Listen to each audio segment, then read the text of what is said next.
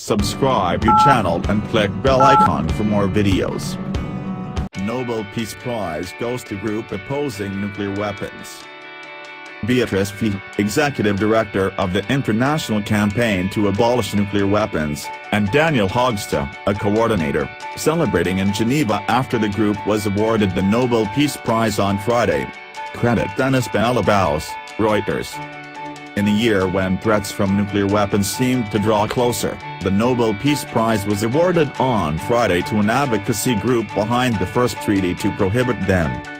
The group, the International Campaign to Abolish Nuclear Weapons, a Geneva-based coalition of disarmament activists, was honored for its efforts to advance the negotiations that led to the treaty, which was reached in July at the United Nations. The organization is receiving the award for its work to draw attention to the catastrophic humanitarian consequences of any use of nuclear weapons and for its groundbreaking efforts to achieve a treaty-based prohibition of such weapons, the Norwegian Nobel Committee said in a statement. The choice amounted to a blunt rejoinder to the world's 9 nuclear-armed powers and their allies, which boycotted the negotiations. Some denounced the treaty as a naive and dangerous diversion. View image on Twitter. It also represented a moment of vindication for the members of the winning organization, known by its acronym ican, and for the United Nations diplomats who were responsible for completing the treaty negotiations. Continue reading the main story. Related coverage. Nobel Peace Prize winners throughout history. October 6, 2017. A treaty is reached to ban nuclear arms. Now comes the hard part. July 7, 2017. United States and allies protest UN talks to ban nuclear weapons. March 27, 2017. Recent comments. DRT 1 day ago.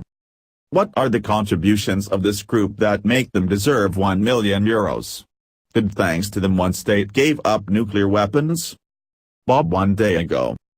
Except for the money they hand out, this award has become meaningless ever since they gave it to Gore for perpetrating a fraud. And Obama. Robert Coker 1 day ago. A prize given for opposition to nuclear weapons. Nuclear weapons used at anger twice in 1945 shortened the war. If they had not. See all comments. Write a comment.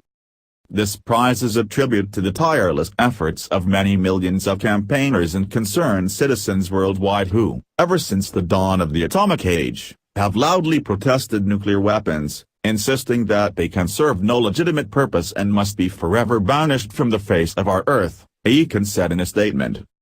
The United States, which with Russia has the biggest stockpile of nuclear weapons, had said that the treaty would do nothing to alleviate the possibility of nuclear conflict and might even increase it.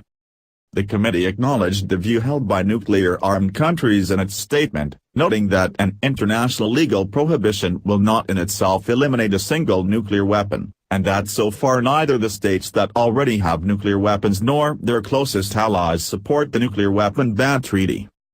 Despite those admonitions, at least 53 member states of the United Nations have signed the treaty since a ceremony to start the ratification process was held at the General Assembly on September 20.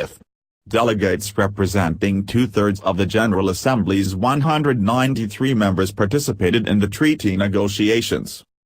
We have received this news with so much joy, Elaine White Gomez, the Costa Rican ambassador to the United Nations in Geneva, who was the chairwoman of the negotiations, said in a telephone interview. Every year there should be at least one happy event to give us hope, and this was it. She said ican's work represented efforts by civil society activists who approach governments around the world and maintain the momentum of the negotiations to keep them going. Dr. Ira Helfand, a disarmament activist and board member of the Physicians for Social Responsibility, one of ican's founders, called it a powerful voice reminding us all of the urgent need to ban and eliminate these weapons as the only reliable way to make sure they are not used.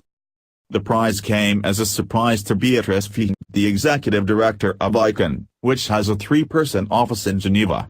She said at a news conference that she had thought at first that the congratulatory phone call from the Nobel Committee was fake.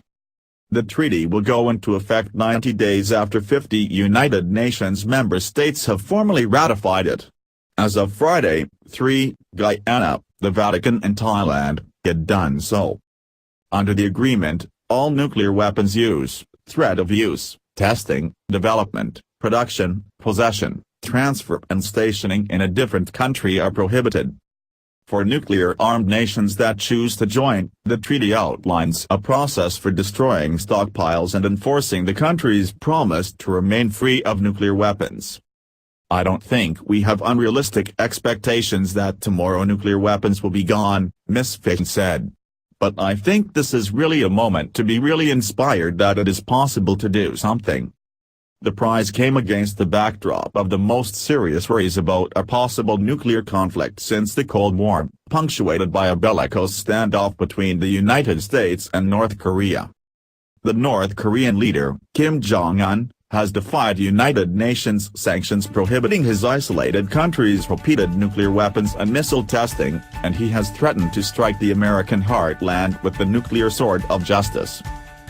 President Trump, who has mocked Mr. Kim by calling him Little Rocket Man, has said he would have no choice but to totally destroy North Korea if the United States or its allies are attacked.